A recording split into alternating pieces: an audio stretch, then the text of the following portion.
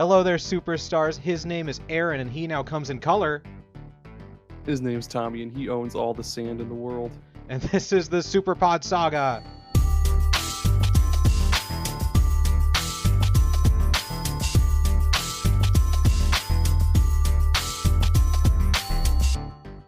Welcome to the Superpod Saga. Guests, grab a seat, get cozied up, get warm. This is the Superpod Saga, as I said before, and as you all know. If you're a first-time listener, this is the podcast where Aaron and I bring a different topic of discussion to the table every week, and then we talk about it until we're all out of talking, until our mouths don't work anymore, and then we go home. And until our mouths are as dry as the sand that Tommy oh my gosh, they're always so dry. But we're not alone on this quest for dry mouths. We've got a super duper special guest. It is Chris from A Novel Console Podcast. Hi, Chris. Thank you for being here and putting up with us. Oh, that guy sucks. Why'd you bring him on? Hey, I'm glad to be here. This is going to be a lot of fun. I've been looking forward to this for a long time. Yeah. Chris, why don't you tell us a bit about yourself and your podcast and what video games you enjoy? My name is Chris. I am from A Novel Console. That is the podcast that I do with my wife every week. It's basically me forcing her to finish a book weekly so we can talk about it while I meander and don't finish the games that I'm supposed to talk about. Then we eat something at the end of the show and review it. But cool. Yeah, we like food a lot. It's kind of a problem.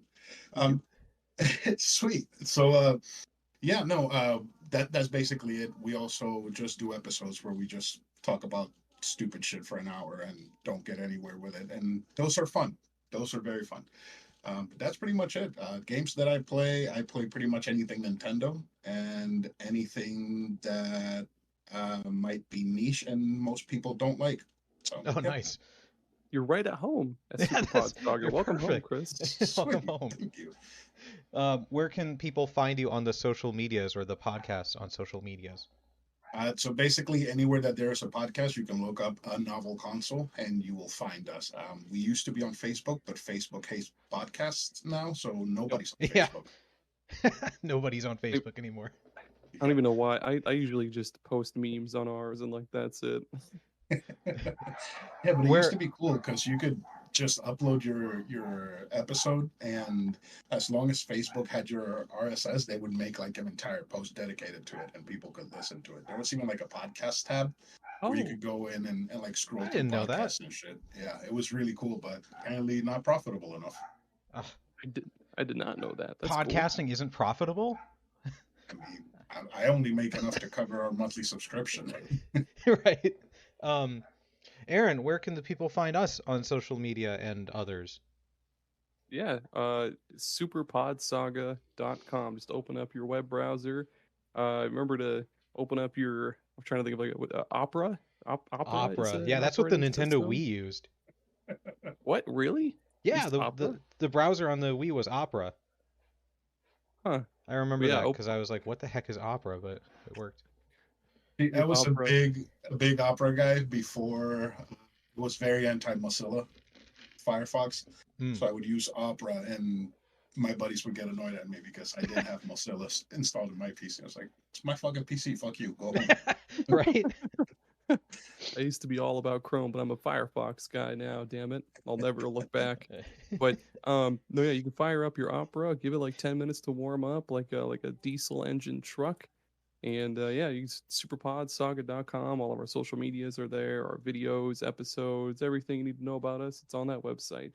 And thank you, by the way, Chris, for being a longtime patron of ours. Yes. We greatly appreciate it.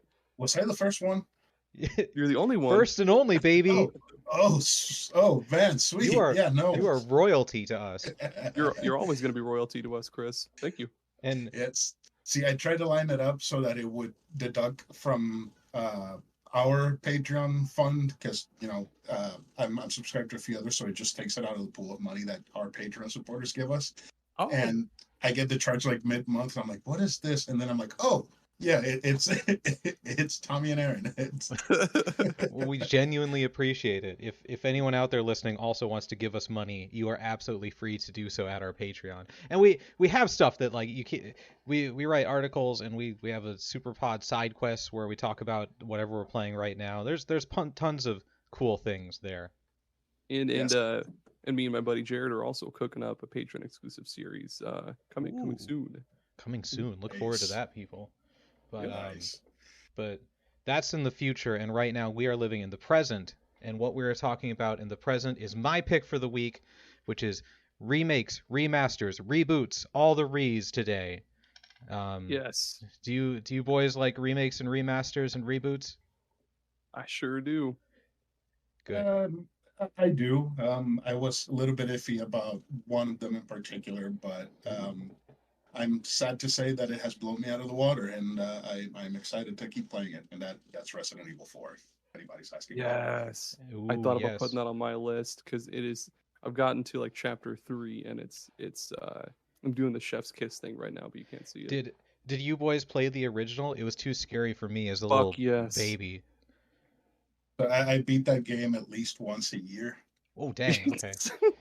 I mean, yeah, dude. So were you Like, guys like scared for the? I mean, I know they have a really good track record for these remakes, but still, like Resident Evil 4 is kind of high up there in gaming lore. So were you guys nervous for this going into it? Nah. Good.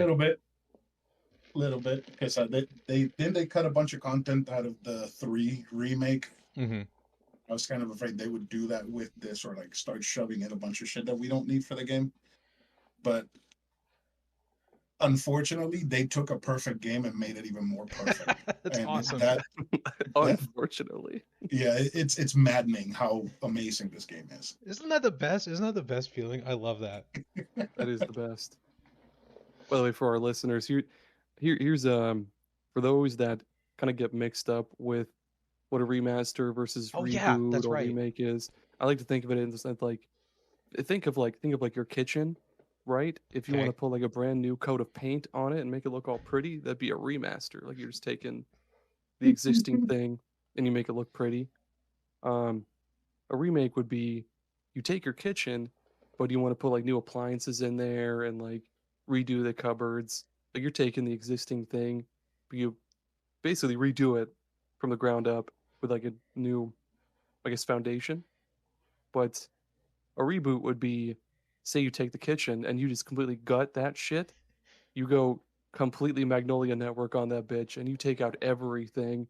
You knock down like a wall or two for like a pantry or something, or like new dining space, and then you add like an island to that kitchen or something. That'd be like a reboot. Like you're basically just you're taking the concept of it, but you're taking the concept of that, but you're putting it into a whole new light, I guess, like a whole new situation. That was I don't know the best no, that word, was but yeah. beautiful. That was very well said. Everyone, I have a everyone question. listening, round of applause. Yes. Yes. I have a question about that analogy. Okay. Yes. So if you take, let's say, the kitchen floor off because you want to make the kitchen floor heated for some reason, and while you're digging up the foundation, you accidentally found a 17-foot deep well in the middle of your kitchen, and you decide to incorporate it into that kitchen with the heated floor. What does that make that? Oh my goodness. The God of War reboot, but with the heated floor. I'll take that. 17-foot well. Holy Yeah. shit. Yeah, I saw that TikTok. I'm like, why is that dude sitting in the middle of the hole in his kitchen? And then they went through the whole thing. I'm like, holy fuck, Oh, that's that's insane. a thing that happened? Oh. Yeah. Yeah, it Gross. must have been some cold country or something, because heated floors is weird. Yeah. And, I mean, it sounds lovely, but I can't imagine. That seems like an awfully big expense to have Yeah, warm Floor's feet. literally lava. The floor is literally lava. They're like, oh, this well set us back like $20,000, so we have to do the heating ourselves. I'm like, what the fuck? Oh my god. But yeah, when it comes to the definitions between remaster, remake, reboot, I don't know. Everyone seems to get upset about it, but I don't get it. Like, why? I mean, Just gamers play are the games and notoriously enjoy them. nitpicky. Yeah, like I just see it Yeah. as this is an old game, but they made some improvements to it and it's prettier. Like Yeah, people get mad, and I didn't they realize that do. until relatively recently that was a thing even. I think, yeah, and I think ever since Resident Evil started doing all it, I mean they've been doing their remakes, I guess, since like the GameCube era. But ever since they started doing theirs, and people mislabel it as like a reboot or something dumb, yeah, people, especially on Facebook, people get really pissed. Classic Facebook. See, um, I was on an episode recently with Keith from Main Quest, and he told me that the Resident Evil stuff that's happening now, it's like the remakes are now canon. Like the old games are not canon anymore. oh, that's So, interesting. so I don't know if they're trying to fix some stuff or just make things more complicated. But hey, Resident Evil remake 2 and 3 and this one fourth, they've worked for me, so I'm cool with that. Yeah, as They're long as damn they're good, good. who cares? That's what I say. But let's see. This is my topic, so I started, right? Is that how Yes, we do sir. this? Okay. Well, I I want to think. talk about Metroid Let's Prime. reboot the show. Reboot the show. All right, go ahead. I want to talk about Metroid Prime Remastered.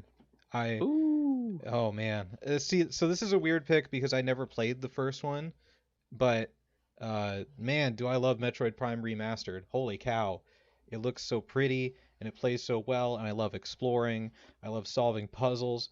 And I looked up I should have tried it, but I looked up the GameCube controllers for when it was on GameCube.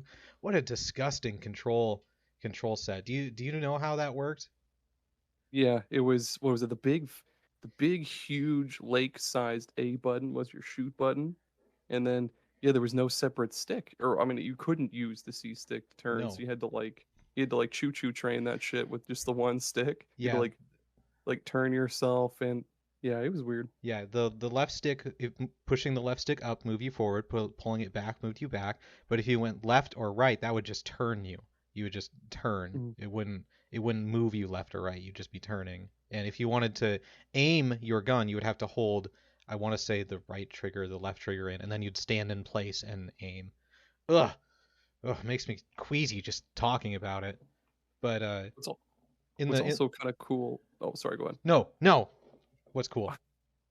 I'll say what's also cool is like I'd consider Metroid Prime itself a reboot of like the original Metroid Oh series, yeah, in a yeah. sense that it completely took, like, it took Metroid, but it put it in like a whole new, first Dimension. person, yeah, basically. So yeah, your first pick is a remaster of a reboot, and that's the most Taco Bell sounding shit ever. It's a reboot wrapped in a fresh new coat of the chalupa shells and shit like that.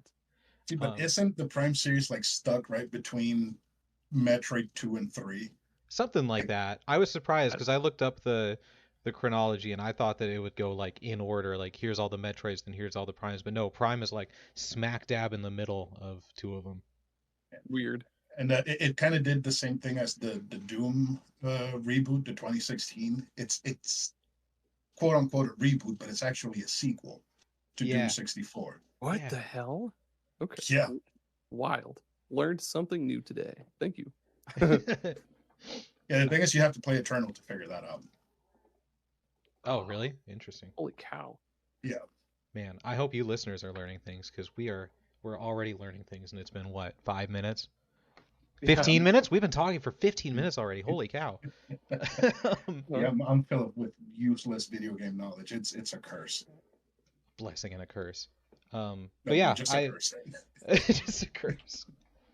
I need them to keep remastering the next two now though, because I'm hooked. I'm hooked, but I don't have a GameCube or a Wii to play the second one. And even if I did have a GameCube, I don't know if I could play it with their mind-numbing controls, you know? So I need them to remaster it. Also, I might never play it. I'm sure they will. Like if they're gonna remake or not. Oh Jesus Christ! I'm gonna get lynched in the comments. Uh-oh. I- Uh-oh. If they're gonna remaster Baten Kaidos, like they absolutely have to be remastering Metroid Prime 2 and 3. They have to be. They have to. And then when I'll make a little super pod side quest for that one too. Ooh, cool. Yeah, that Metroid Prime game, man. That playing it on the Switch was the first time that I've ever beaten it, and there's two issues that I had with it. The first one is the weapon selection Yes, fucking yes, sucks. it's Having to press awful. that button, yeah, it's terrible. And the other one is Ridley can eat a dick. That is the most tedious I didn't boss fight that I've understand. had in such a long time. It was fucking terrible. I agree 100% on both of those points. The fact that you have to stop moving to switch your weapon, especially when like Really? yeah, that in the because you have to hold Y and then hit the D-pad button to switch it.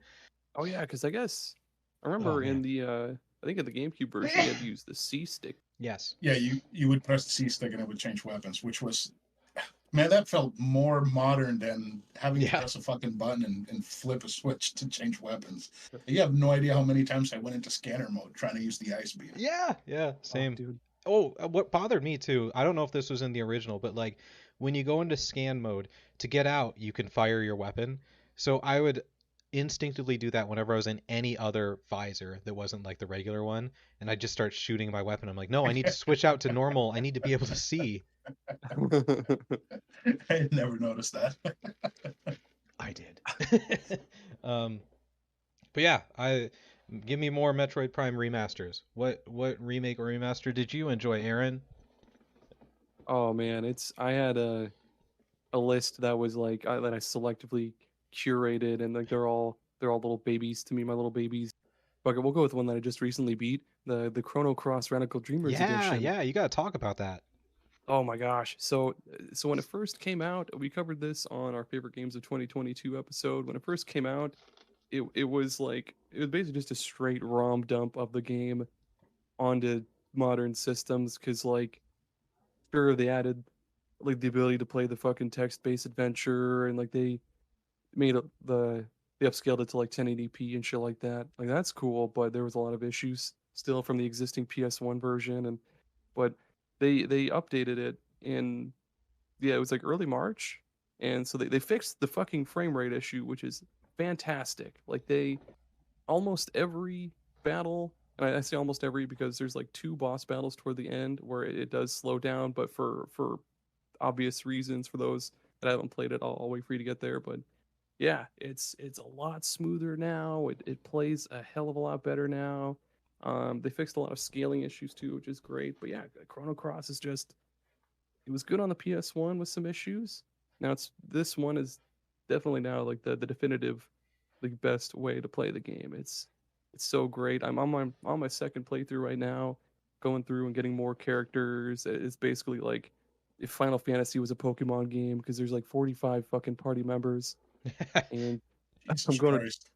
yeah, but it's cool though because there's when you beat your first playthrough you unlock this thing that lets you basically swap out the main character for a different character. So when you What? first play through, you always have to have the main character there, which sucks because you can only pick two optional characters. But yeah, on your second or third playthrough, you can swap out the main dude with somebody else and really build your perfect party. So now I'm using this dog motherfucker with a couple other motherfuckers, and it's great. It's going across, and I love it. I uh I want to say you mentioned scaling issues being something that fixed. I think that is something that is an recognized benefit to remasters remakes because back in the day, if a game didn't scale right, if it had difficult parts that were like obnoxiously difficult, that's just the way it was. There was nothing you could do Yeah. about it. You just have to grind like crazy to beat it or just give up forever, like I did with the final boss in Chrono Trigger. So being able to being able for developers to actually go in and change that is super cool and super helpful. And it seems kind of archaic that they won't let you swap out the main character for a different character Yeah. during your first playthrough. It's like it kind of feels like when the original Persona 3 came out, they wouldn't let you give commands to your team members. You would have to Yeah. wait for them to do their shit randomly. The most frustrating shit ever. It kind of has like a purpose to the story why you can't swap out the main dude. Like there's the story is complicated as hell. Well, yeah, I think it mostly has to do with the story because he's like the story revolves around him and Kid and like a lot of the shit that happened in Chrono Trigger and stuff. But um, no, the second playthrough is great though because yeah, get the fuck out of my party, Serge. I had one 40-hour playthrough with you, you son of a bitch. I'm gonna swap you out for the dog now. This is the dog's game now. What about you, Chris? Yeah, Chris, it's your time to shine. Okay, so I asked what games you guys were gonna pick, and you said, "Oh, just pick 6." So I picked 20, and somehow I managed to narrow the 20 down to 9. Nice. So hopefully we have some overlap, so I can narrow it down even more. But the first one that I have is DMC Devil May Cry. Ooh, that's such a good one.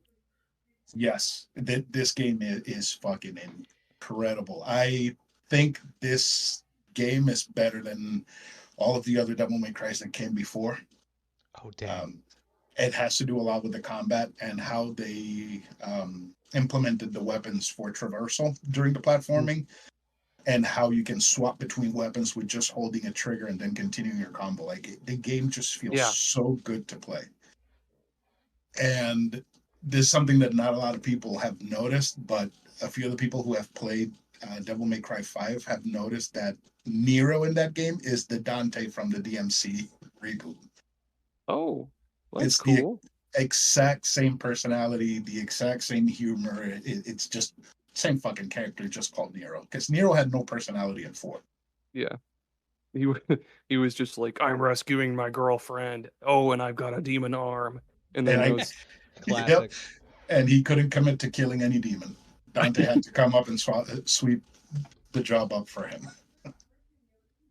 that's so true. Aaron, you Yeah, played this one, right? Hell yeah, I did. I played it both on the 360, and then I got the HD edition on Xbox One because I have no impulse control. And yeah, it's the combat is a lot slicker, like a lot slicker and more fluid. Because like I played the absolute shit out of like the first 3 Devil May Cry games, 3 being like the best one of the first 3, but it was still kind of clunky, I guess is the best way to explain it. But yeah, like Chris said though, 3 is, or not 3, the reboot, just it does everything that the first 3 games did so well, but makes it even better. And people just hate it because it's not the same Dante. Yeah, because Dante looks like the game's producer. It's like, if I was heading a Devil May Cry game, yeah, I would put myself in the game too in some positions. Hell yeah, love it. Where's that series at right now? Is that got another one coming up or something? I've never played these games. So 5 Definitive Edition, or whatever the fuck it's called, came out for PS4 and Xbox One, and then it got like a Definitive Edition for 5 and I think Series X. It goes on sale all the time for like $20, and it was free for a limited time on the PS Plus games for PlayStation. It was on Game Pass a little bit too. Oh, nice. Yeah, that sounds about right. And you can find like 1, 2, and 3 physical for $20, $15 on PS4, and 4 is only digital if you don't have it on Xbox or PS3. Yeah, so you can basically play all the games in current consoles. Love that. Love that. So yeah, but no, if you're gonna play any of them, I would say play 3, DMC, and 5. Forget about the rest. Cool. Speaking of games with super complex and involved combat systems, my next pick was the Stanley Parable Ultra Deluxe Edition. I knew this was coming. Lay it on me. Everyone knew it was coming. Do you know what the Stanley Parable is, Chris? I've heard of it. I think Get Played did a whole episode on it, and it just sounded ridiculous. So yes. I'm a little bit familiar with it. Yes. Okay. So the Stanley Parable came out in like 2013 or so, and it's a game where you walk through an office, you're Stanley, and all your coworkers are gone, and the narrator tells you what to do, and you can either listen to him or not, and then hijinks happen depending on what you do. And I loved it. It was so creative, so hilarious, so funny. And then they announced they were doing a Ultra Deluxe Edition with new endings and stuff, and I was like, yay, give it to me. And then it took like 10 years for it to come out. And it finally came out, and they did like they always do, and were like super funny and creative, because it actually was more of a sequel than a remaster / remake, which was They did not they did not make that clear before it came out, so that was a fun surprise. But what I love most is their mechanic that they put in the game to separate the original from the new stuff. After doing a couple of runs of the old game, because you start off with that, you go through a new area and it gives you a bucket, the Stanley Parable bucket. And so at the beginning of each run, you have an option to take the bucket or not take the bucket. If you don't pick up the bucket, then you play the old game and you can experience all the old stuff. But you pick up the bucket, then you experience all the new stuff. So you're going to make that choice right at the beginning. And I was like, oh, this is great. What a great idea. I love this bucket. And how long is that game?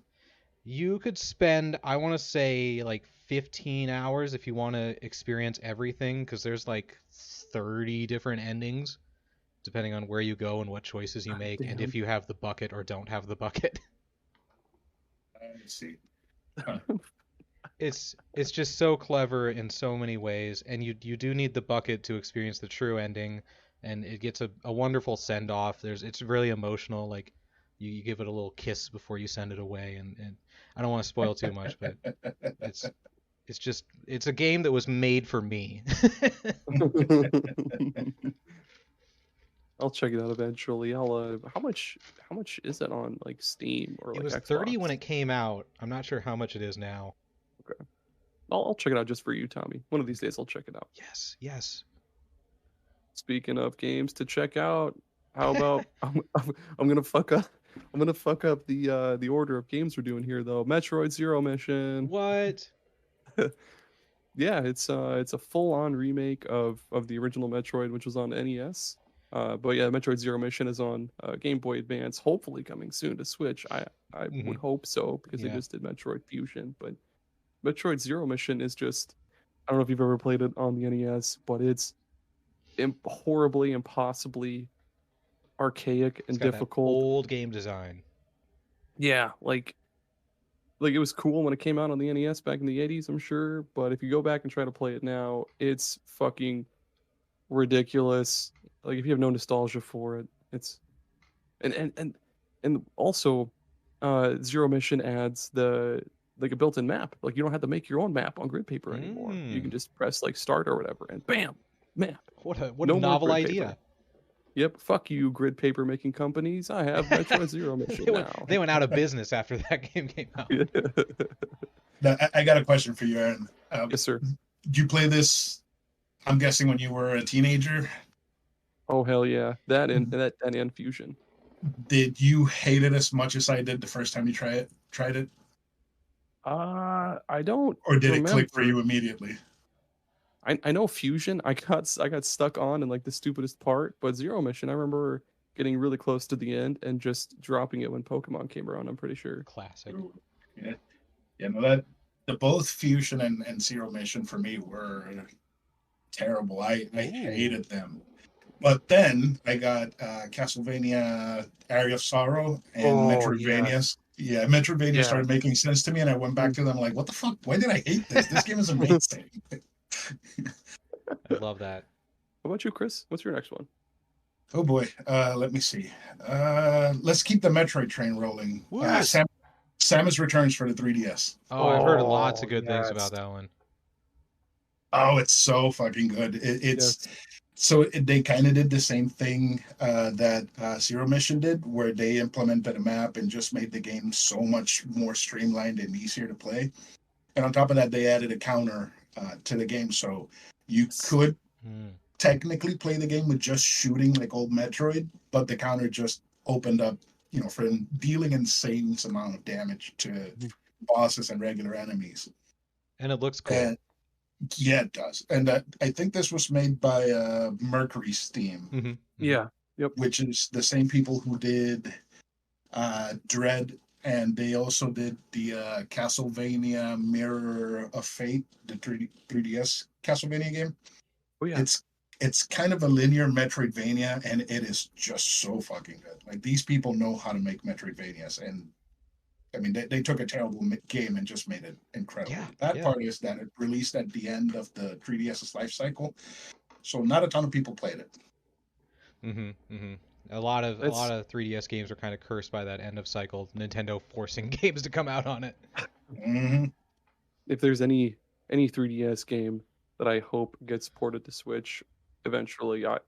I wouldn't see why they wouldn't bring Metroid 2 to Switch, because I mean you don't need the touch screen. Like you only really have it just for the map, but you could just push start and then boom, bring it up. But the music in Metroid 2 remake though, it's so good because it feels like they took a lot of like the same beats from like Metroid Prime, and like because like any level you're in where there's like lava or fire has like that same kind of like bum bum bum bum that like the lava place in Metroid Prime has. I forget what the name of the place is, but fuck, that track just bumps. Yeah, I don't remember the music. I do remember going through the entire game at a truck stop somewhere in the north of the United States, and it was great. It was amazing just being by myself in this cramped truck, just playing Metroid until I beat it and had to move on to the next load. Man, perfect. Man, this is the Metroid podcast now, and I gotta break it. Oh, my Metroid Prime is still the only Metroid I've ever played. Sorry, listeners. Hey, you could have played a worse Metroid. You could have played Metroid 2 on the regular Game Boy. Right. My next pick though is it's the Crash Bandicoot Insane Trilogy. Ooh, that's a good one. I got this one for the Nintendo Switch of all things, even though it only runs at 30 frames per second. But I thought about it, and I think the first Crash Bandicoot might be the game that I purchased the most copies of, because I had it on PlayStation, had it on PlayStation 3, had it on PSP. I love Crash Bandicoot. That was the game that I grew up with, and so having them actually remake it and prettier graphics and everything, and I could play it wherever I wanted to go on the Switch, was just amazing.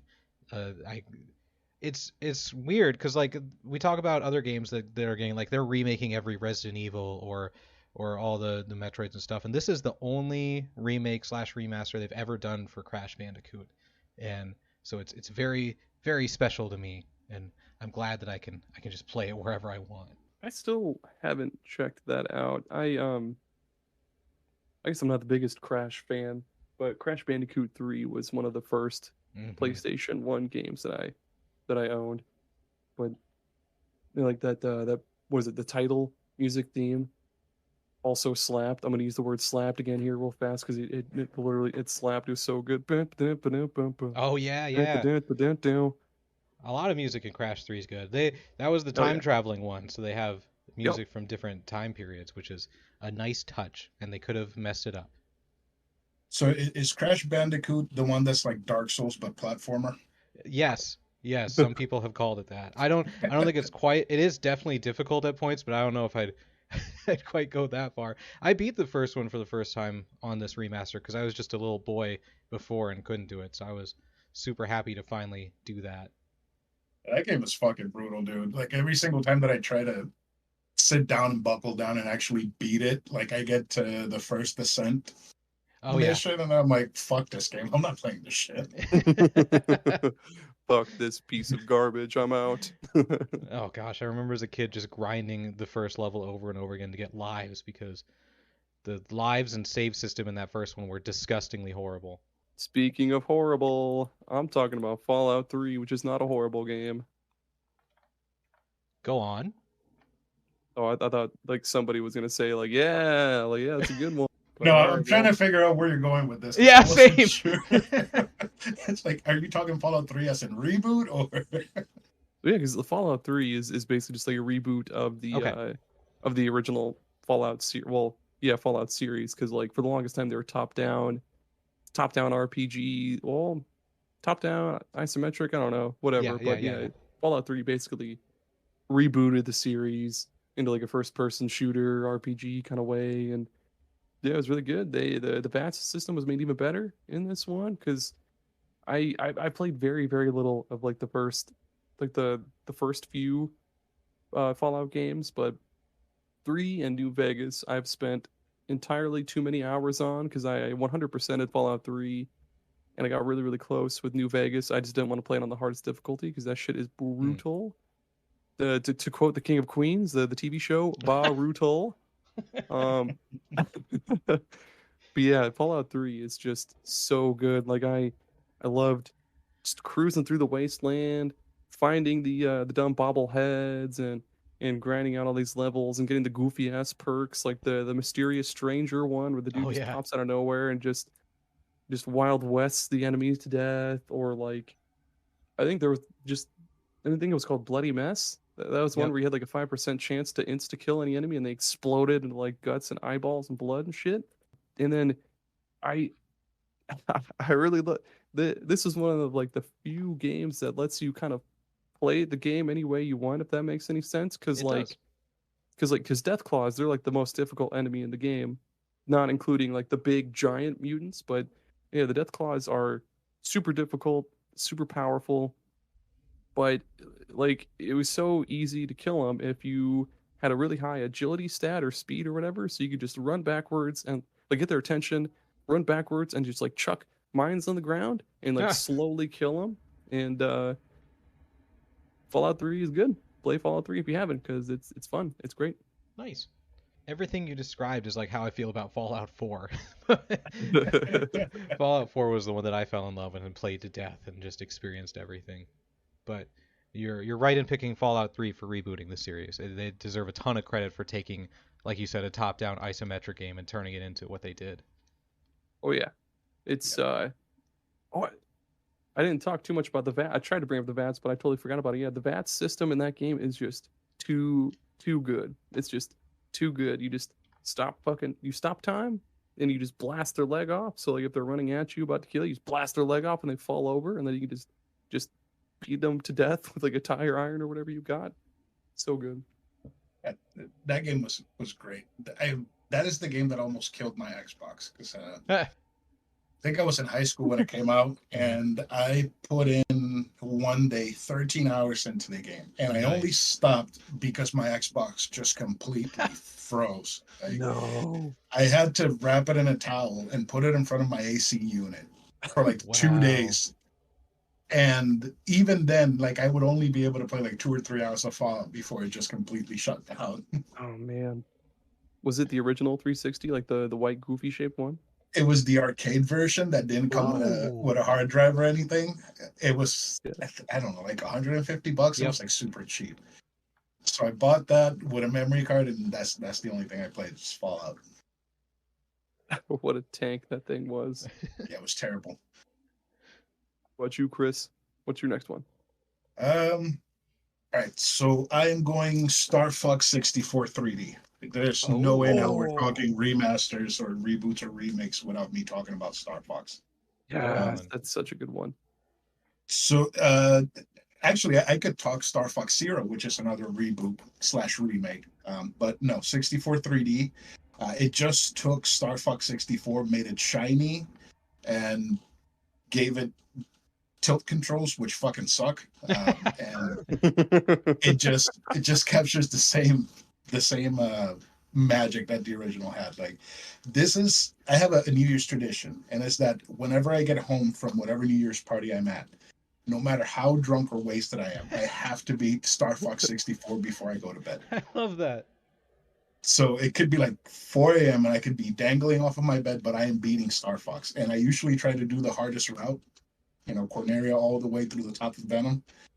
And mostly every year I managed to do it. This year I think I had a kind of really shitty run at the beginning, but then at the end I recovered and managed to kill Star Wolf and Andross and get the good ending. Fucking love Star Fox 64. God, that's such a good pick. I totally forgot about Star Fox 64 3D. That was it looks so pretty, and they made it play a lot better too. And Star Fox 64 was just such a good game. But like for them to remaster it and make it look better and play better, that was another chef's kiss. We're giving out so many chef's kisses today. And I think it's like the lead up from them announcing it to releasing felt like an eternity. But then it came out and I got it and I was like, I'm not doing anything for like the next month. I am just going to play Star Fox 64 nonstop. And I did. And I still do sometimes. It's probably just the only game that I keep on my 3DS that I just take wherever I go, and sometimes turn it on, go through a stage, close it, and pick up whenever. Nice. Star Fox is just so fun to roll through and like try to find new secrets because those different routes that you mentioned, like those are some of them are pretty hard to find. Like if you don't do like some specific thing in one area, and that shit is just so much fun. The one that always gets me is the one in Sector X, right before Titania, where you have to shoot the gates, and when they open, you go into like hyperspace. Getting the gates open is what always gets me. But man, such a fucking good game. Damn, I'm gonna bring out the chapstick for all the chef's kisses we're blowing out here. What's next, Tommy? My next one is also it's on the DS, not the 3DS, but it's Pokemon Heart Gold / Soul Silver. Hey, I can knock that off my list. Yes, excellent. We finally have one in common. Gold was and probably still is my favorite Pokemon generation. So having a remake on the DS where it's all pretty and stuff was super cool. And they just it wasn't just like a graphical upgrade, even though that was nice. There were just so many small details and big details, I suppose, too. But like it was the small details that got me. Like I remember walking to the burnt tower, tin tower, whatever it's called, and like walking over the leaves, and they put like a crunching sound under it, and I was like, oh dang, they even thought to do that. Or you can eventually find a thing where you can turn it to be only the old school sound effects and music, and I was like, oh, that's perfect. That's just for me. Like that's such a nice little touch. And having the Pokemon be able to follow you, that's something that should be in every game because it's so cool, even though it's so much work for them, I'm sure. But I love that. And having Red just be completely overpowered at the top of Mount Silver and just have the strong, correct me if I'm wrong, but I believe he's got the highest level Pokemon of any NPC trainer in any of the games. Oh yeah. Yep. Yeah, that seems about right. And so it's cool that they just like they expanded on it, they made it prettier, they just put a ton of love and care into it, into a game that I love and care about, and ooh, so good. I wish I still had it. Yeah, good luck getting your hands on it now. Yeah, no, I've managed to snag both of them for like 114 a piece, and that was like 3 years ago. Oh my gosh, it's probably so much now. Did you get the Pokewalker too? Oh fuck no, I'm not gonna spend that kind of money on this game. See, and the funny thing is that the Pokewalker is like the most accurate step counter in the world. Yeah, it's crazy. What? Really? Yeah, it's insane. Fitbit? Yeah. Apparently it counts your steps so well that you can't even just sit there and shake it and it counts steps. No, you actually have to walk for it to count them, and it like counts. Yeah, the whole steps and everything. I was up on my uncle's farm in Minnesota when I got the game, and so like in order to walk around, I just had to walk around the farm, and they'd be like, "What are you doing?" And I was like, "I'm walking with my Pokemon." Like, okay. You forgot to put the accent into it. Oh yeah. What are you doing? What are you? I'm walking my Pokemon. Why can't I do it? Where's my accent? Everyone ignore that. My Minnesota accent's gone. Throw back to the GameCube episode. Strawberry. So good. Oh, they try their best with their video games. I'm picturing your uncle. Like, have you ever seen the show Letterkenny? Yeah, I've seen a couple episodes. What about you, Chris? Bits and pieces. Okay, do you know who Squirrely Dan is? Nope. No. Oh, he's like the bigger fat guy. He's got like a beard and overalls. Oh yeah. That's Tommy's uncle. That's my uncle. That's you nailed it. Sweet. Speaking of nailing uncles, let's talk about the Killer Instinct 2013 reboot, because that was really, really good. That was. Oh yeah, you love that game.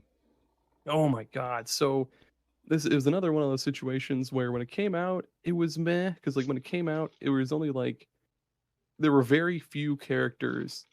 So when it came out, it was free to play, and you got like one free character, but it rotated every so often, so you had to buy the other characters, which was fucking stupid.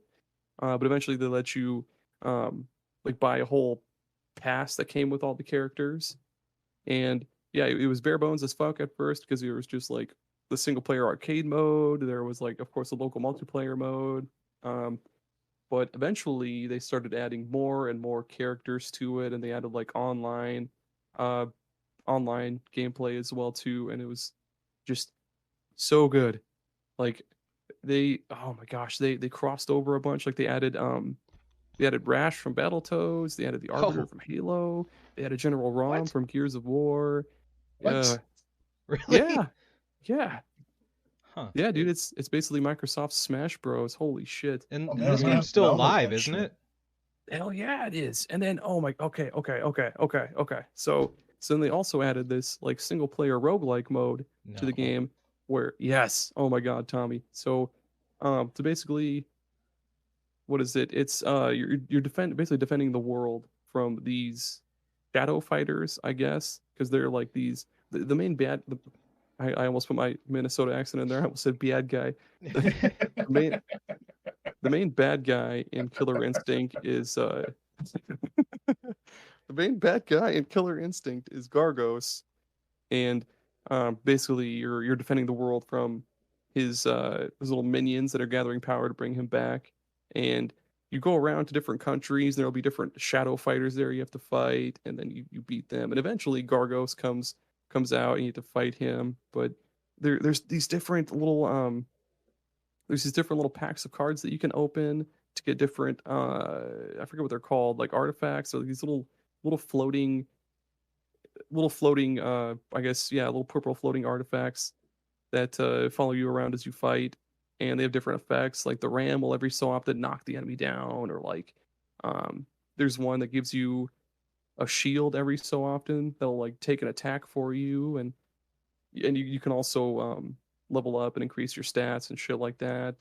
And you can pick like 3 of your favorite fighters, and oh my god, it's just nobody asked for a roguelike in a fighting game. No. But it was really really good. It's like the best.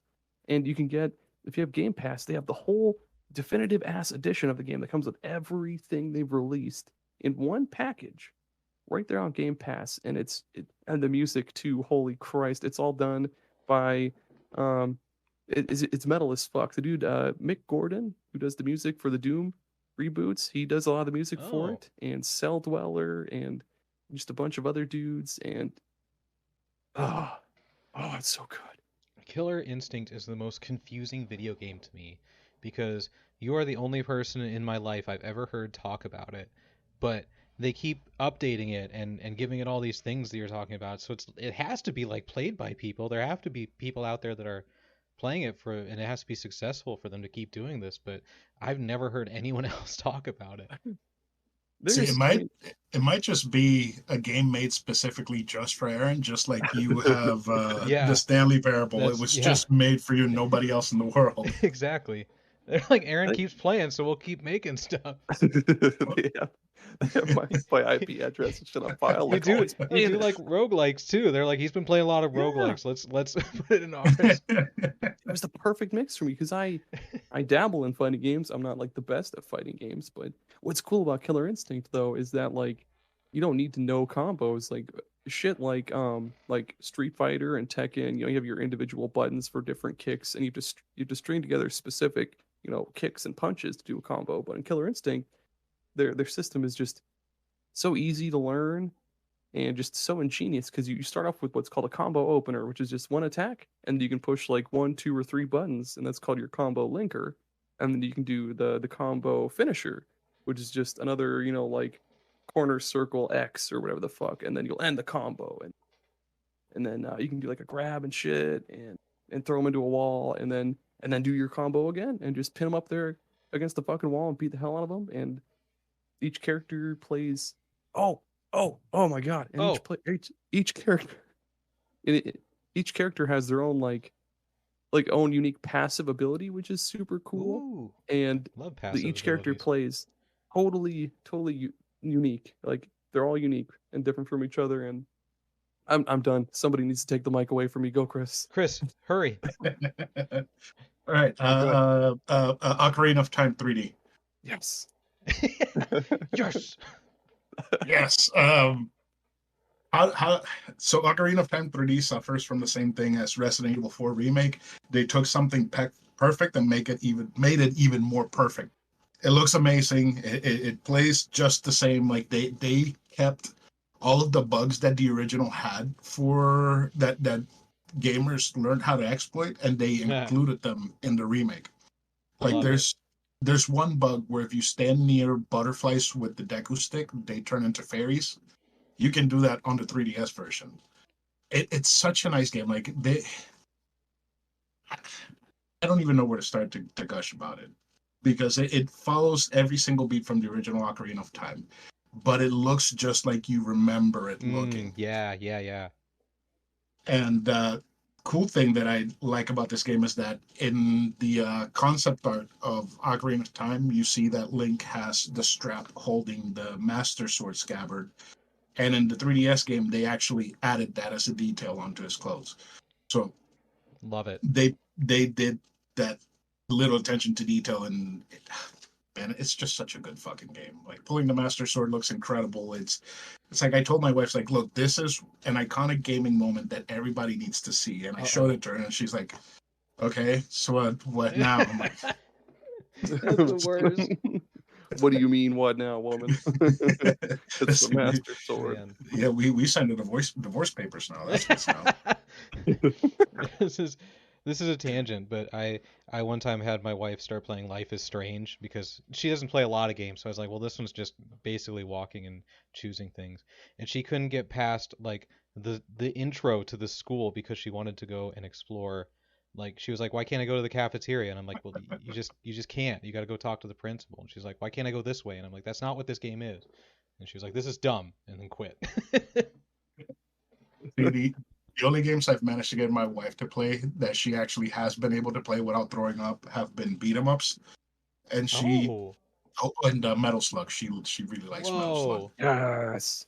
So like we tried Turtles in Time once, and she's like, "Oh, I'm not gonna do good at this. I'm gonna be really awful." And she like takes out the first boss all on her own. I'm like, how the fuck did you do that? I was like, this is a game for babies. This is easy. Yeah, no. She's like, I thought I was doing bad. It's like, no, that was incredible. But Ocarina of Time, I'm sorry, Chris, but the furthest I've ever gotten in that game was, where you have to go to the Zelda's castle and you have to avoid the guards. The guards caught me and I was like, this is dumb, and I quit and never played again. Oh, you mean the first time stealth was ever created and implemented in a way that actually works in a video game? Yeah, that's the one. Damn. He called your ass out, Tommy. That part sucks so hard, dude. I don't blame Okay, never. It fucking blows, dude. Oh shit. Man. Should we do an ad break? Yeah, we can do that. Okay. We'll be right back. We would like to thank our special sponsor for today, Pete's Passive Program. You can get passive abilities just like in your video games. Oh. They're real now. They're real.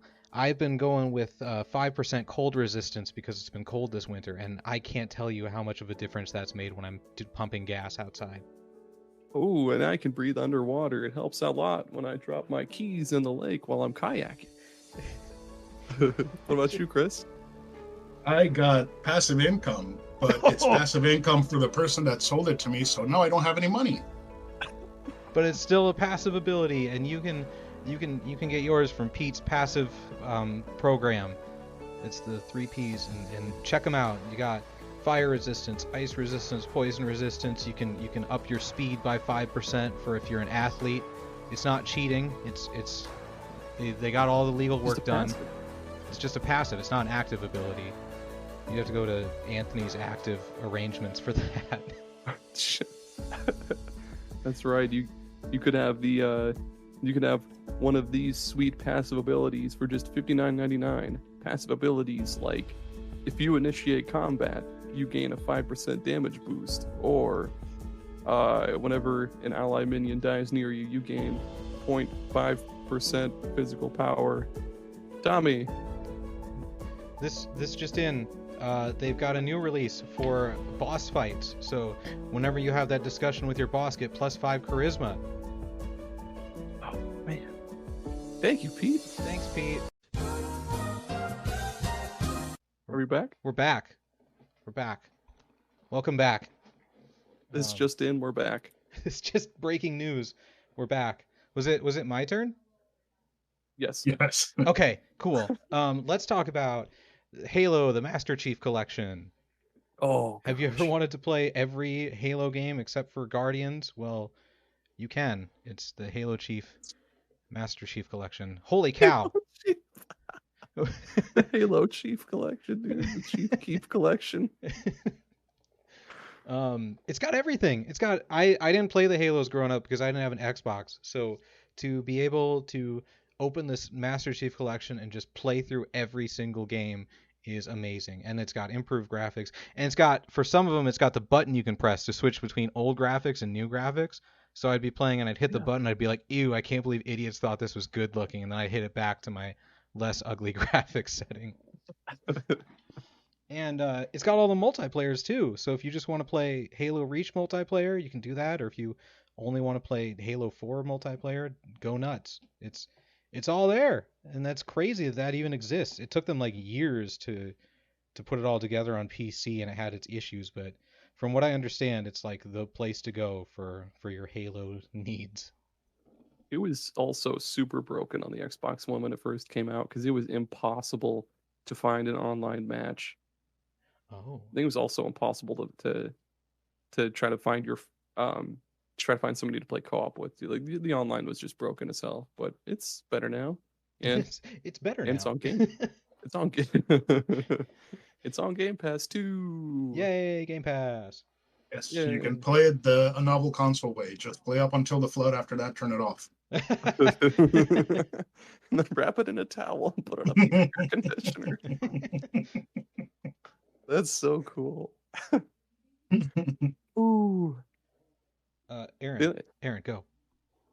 Okay, I'm picking a 3DS one now too. I'm going Shin Megami Tensei Strange Journey Redux. That's It's not a real video game name. It is, look it up. It's I guess it would be a remaster of the original game, Shin Megami Tensei Strange Journey, that was on DS. And oh my god, was that game just brutal. Again, to quote King of Queens, the hit WB TV show starring Kevin James, brutal. But yes, it was, what was it? In the original game, it was just so difficult. Like, save points were very few and far between. Fusion was a nightmare because, I don't know, I'll explain it a little bit. But yeah, then the Redux came out. All the visuals look awesome. They added voice acting, which is awesome. They added more save points, which is great. Or I guess they didn't add more save points. They had the ability to save anywhere when you're in a dungeon, which is great. And the fusion system, like I mentioned, it was just stupid because in other games, when you fused demons, you could pick and choose what skills they inherit, which was good because you could build your ideal demon, which you need in a game that's difficult. But in that game, no. The skills that they inherit are randomly chosen by the game. So you could have like this perfect built, stacked, whole butt cheeked fucking demon ready to go, just destroying bosses, and you fuse him with some little fucking snake, and then he sucks. Like, he has god awful stats and stupid attacks and no healing at all. But yeah, the game's great. They made it Strange Journey is the space one. Yep. Yeah, you're in the black hole in Antarctica. Oh, okay. I should start that. I need to stop carrying it around with me and just start it.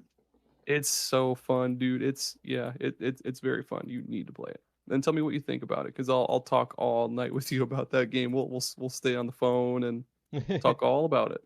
Are we gonna kick our feet up and twirl the cord in our fingers? Yeah. Man. No, you hang up. On the count of 3. 1, 2. Oh, you're still on the line. Oh. You guys are giving me horrible flashbacks. Are you asleep? No, you're asleep. Oh man, how about you, Chris? What's your next one? So I had to pick this because of course I had to. Mario and Luigi Superstar Saga Plus Yeah. Bowser's Yeah. Confetti falls on Chris. He did the thing. He said it. I did have confetti cannons in here, and it just scared the shit out of the dog. So Oh, okay, no I'm confetti. gonna need to get a therapist for the dog. Oh, God, poor her dog. issues just doubled tenfold. Sorry. Oops. Hey, God. no, I picked this one because this is one that I played during my truck. No, I played this in middle school when it was out on the GBA and beat it, and it was fantastic. Yeah. I am gonna say that visually I prefer that version, but I agree. the portability and the sound, the way that it sounds and everything else, plus the Bowser's minions, extra content, it's just worth it on the 3DS. Like it's sad that Alpha Dream did remakes of this game and not the baby one, and went straight into yeah, it's so weird they skipped it. Yeah, they went into Bowser's Inside Story, and then they closed their doors because it sold like 400 copies. So, like, I wish they would have done that on the Switch, and then they would have eventually ported Superstar Saga onto the Switch and just do like a whole Mario and Luigi collection. But Nintendo's weird about stuff like that. But no, this game is definitely worth a play if you have a 3DS and you want to play different looking version of a better game, then yeah, play this one. And the Bowser's Minions thing has no right being as good as it actually is. Yeah, it's kind of like a side-scrolling tower defense game. Yeah, and it's crazy. Like it's actually good. They put way too much thought into the mechanics and the strategy and everything. And I actually really loved the side story that it was telling. I don't know, Aaron, if you ever touched it, but like the first two enemies that you defeat in the regular game, it follows their journey to try and find Bowser to rescue him after you defeat them and they get sent off and the ship crashes and stuff. And it's just like this fun little, and you collect you don't get to just do it all at once. As you make progress in the main game, you unlock chapters of that one, so you can see what those minions were doing on their quest at the same time Mario and Luigi were going through their quest. It's just such a clever and fun thing that they absolutely did not have to do, but it was a major highlight for me for the remake. That is cool. Yeah, Chris was right too. The music is absolutely a lot better on the remake version as well too, because it's less chiptune-y and more like, I wouldn't say orchestral, but it sounds more like organic, I guess. Oh, organic. I'm not sure how to explain it. That sounds good. It's a good word. Good word. Nothing wrong against chiptune. Chiptune is art. It's I would say it's more art than learning how to play an instrument, but ooh, and that's right. Go fuck yourself, Yo-Yo Ma. He said it. Ooh, I hope he's not listening. I'm sorry, Yo-Yo.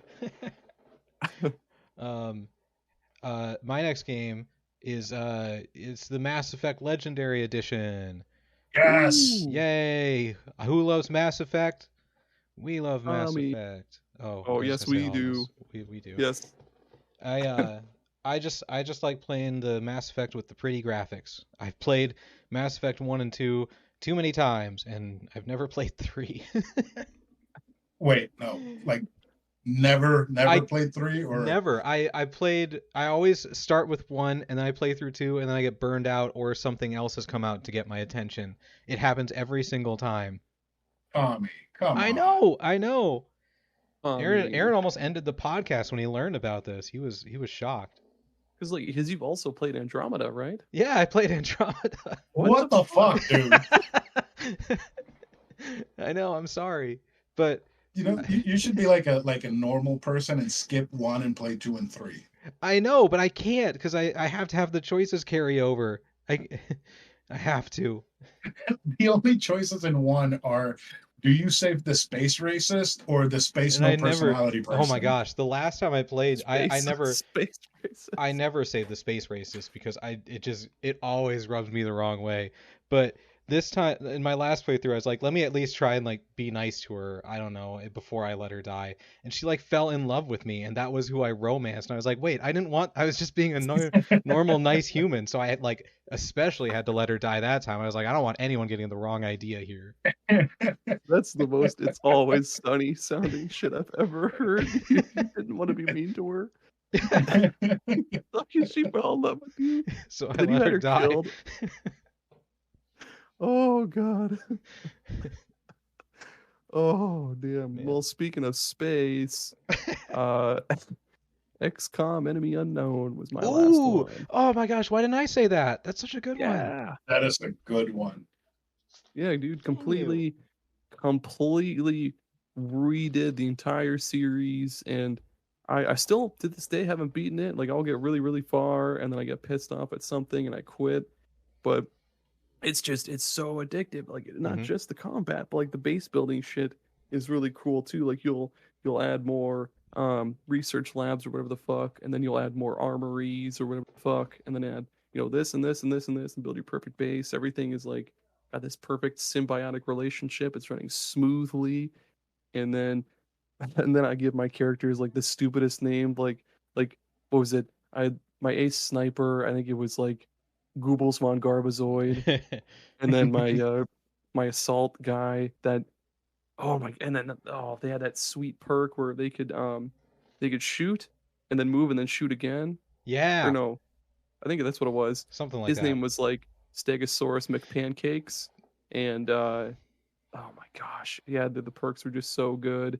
The way you could build your characters differently was really, really cool too, because you could add like your heavy dudes, you could make them even beefier by adding better armor, or you could give them like a rocket launcher, and then you could give like your assault dudes another weapon, like a secondary pistol, or yeah, I don't remember, but No. yeah, it was just really good game. And then they came out with that like updated version. I think it was Enemy Within. Oh, yep. And you had the mech suit dudes who have their fucking limbs taken off. It's just horrific sounding, but man, do they whoop ass. And they So you never finished it? No, I never finished it. I did, everyone. So Woohoo! that means Tommy didn't play the canon way and Aaron did. Yeah, true. That's very true. Woohoo! Big fat dub for Aaron. Because yeah, go on and explain. I don't want to explain it wrong. So before, I want to make the joke that sometimes it pays to not finish your games. Yeah. But the developers decided to make it so that the aliens won because of the amount of people that never finished the game. Really? So Yep. Yes. So in the sequel, you're like a resistance force fighting against the aliens because you fucking lost. Yeah. I love that. Could have been a totally different cool, sequel, but they went with what actually happened, which is people not finishing the fight. Maybe I'll actually finish it. God damn it. That's not canon. Nope. Creating a time paradox. Creating a time paradox. I don't want to destroy time. Chris, hurry. Wait. I wanted to say something about XCOM. Oh, okay. Hurry. Chris, shut up. Just kidding. I'm not saying nothing. I just wanted to add that like another great thing with that XCOM Enemy Unknown was it's kind of forgotten now, but that was also one of the first like top-down isometric turn-based strategy games on consoles. That was something that really was not done a lot on consoles, if at all. And not only did they bring it to console, but they brought it in a way that made sense and made it easy to play and easy to navigate, which is they should be commended for. That's true. Okay, now you can talk, Chris. I give you permission. Thank you. So I have to choose between two for the last one, and I'm going to go Mario 64 DS. Okay. To me, this is the definitive way to play Mario 64. Ooh. You have Yoshi, you have Luigi, you have Mario, you have Wario, and each one has their own specific powers that used to belong to Mario, but now they all belong to different characters. And you have extra stages, you have extra challenges, extra stars. The game, personally, I think it looks great on the original DS, and it being a release game, it just like cements it as a classic. That's like the perfect game to release with the DS launch. Oh yeah, definitely. And even though people do complain about having to hold a button to run, I think it's fine. I don't think it detracts anything from the game. I really, really like this game. I also played a shit ton of this game when I originally got my DS way back when. And I'm happy to say that when I bought this game again, I got it for like $11, and it's complete inbox manuals, everything. So Nice. I lucked out. That's awesome. That is a good one. It's I've never played it like on the DS. I played a little bit on the 3DS with like the little thumbstick thing. Does it feel all right playing it with the D-pad? I mean, yeah, it's like if you have big ass fingers like I do, you just throw your whole finger on the D-pad, and whichever way you wiggle your finger, he runs in. So Perfect. yeah, Nice. you know. I did have another one. I had Kirby Superstar Ultra, which I think it's a remake of the SNES one. Oh yeah. It's good. But that's all I have to say about that because I really haven't put any time into it. Nice. Nice. I had one more that I just wanted to throw out there as well. Yakuza Kiwami. I was very late to the Yakuza train, but I played Yakuza 0 first, and then I went to Kiwami, and I loved it. I love the story. I love the beat 'em up action. I loved everything. And I went and looked at what the first Yakuza looked like on PS2, and it looks like a totally different game. There was like a loading screen with every single fight, and I was like, how could anyone play that? Ooh. So I did just all the way through. no. Oh my Yeah. gosh. Yeah. You Way back when madman. it came out. So I bought that game for Christmas with I think Bully. Because I think they both came out at the same time. So it was that and Bully, and I just put a lot more time into Yakuza than Bully. Wow. I didn't even know Yakuza existed until like 6, I think was the first time I heard of it. Oh, 6 is so good. And You know, the new one that came out, Ishin Like a Dragon, that's another remake. yeah, Oh, yeah, it It is. was Japan only, wasn't it? Yep. Yeah. For PS3, I want to say. I don't know for sure. I'm not Sounds an right. expert. I'm not a Yakuza expert, as you know, but I love the ones that I played. Well, I'll give a shout out to my other one that I thought about putting on here but didn't. The Tomb Raider reboots. 'Cause Yes. they're good. Yes, they are. I love in the first one how she has a breakdown when she kills the first person, and then after that, it's smooth sailing. That's Oh just my like, God, it's that's not so bad. Murder, yay! Those are my favorite memes of the time because it was Yes. like, oh man, yeah, exactly. I feel like gaming memes were better back in the day. I don't want to be an old man, but Yeah, they were. You know, I'm gonna say these Tomb Raider games are better than the Uncharted games. ooh, Ooh. I've Well, only I've played never played Uncharted, so I I can't. can say. Oh, and I've only played Uncharted. Oh, Oh shit, are we gonna oh, have to fight? Let's take it outside, Tommy. I'm not good at fighting. I'm not either. I've never been in a fight in my whole life. Me either. Conflict. It's We'll gonna. settle this. So that's the only We're way gonna- we know how. We're just in gonna a be card game. No, we're gonna be the crying Pokemon, and where we're just not wanting to fight, so we're just gently slapping each other and crying. Oh, conflict man. resolute. Resolve. Resolution. We did it. Oh man. So that's I usually I joke at the end and I say like that's all of them. If there's anything else we missed, you're wrong. But like there's tons of good remakes, remasters, reboots out there. Like I've never played the God of War reboot, but I've heard it's really good. There's endless ones out there. So like yeah, if you if you know of them, shout them out to us on Twitter or send us an email, write a letter if you want to. Just I'll put another Q&A in the fucking in the when I release the episode on the Spotify thing, but nobody ever responds to them except for me. So like I'll put it on there, and if you want to respond, you can, but feel free not to, I guess. Yeah, you've got. I understand you've got a busy life. It's okay. Chris, one last time, what's your podcast? Where can people find it? It's a novel console on every single platform where you can find a podcast. So Spotify, Google Podcasts, Apple Podcasts, Good Pods, Pandora, Audible, because you can find podcasts in Audible, not just books. Anywhere there's a podcast, you can find us. And in pretty much every social media except for Parler. Nice. Perfect. Parler. Love it. Oh, Aaron, shit. where can the people find us? OnlyFans. I'm just kidding. Superpodsaga.com. Like I said at the beginning, open up Opera, give it 10 minutes to heat up, wrap it in a towel, put it in front of your fireplace for just like a minute or two. Superpod Saga, you'll find everything about us there, social medias, previous episodes, videos, maybe even contribute to our Patreon like Chris does, because he is the man. Yes. He's so happy to. Yes, just $2 a month.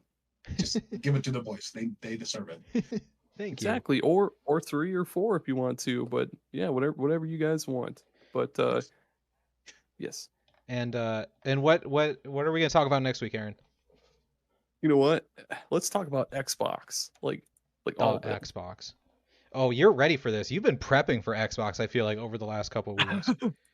I have, because I did that one tweet about Xbox exclusives, like on the original Xbox, and then there were a lot of like unique ones on the 360, and even on the Xbox One, there's a lot of unique ones, and we'll talk about all the Xboxes and everything. Oh, this is good. This is exciting. Okay. Look forward to that. Check out a Novel Console podcast as well, and I hope that you all have a wonderful day, you superstars. Okay, bye. Chris, say bye. Oh, bye.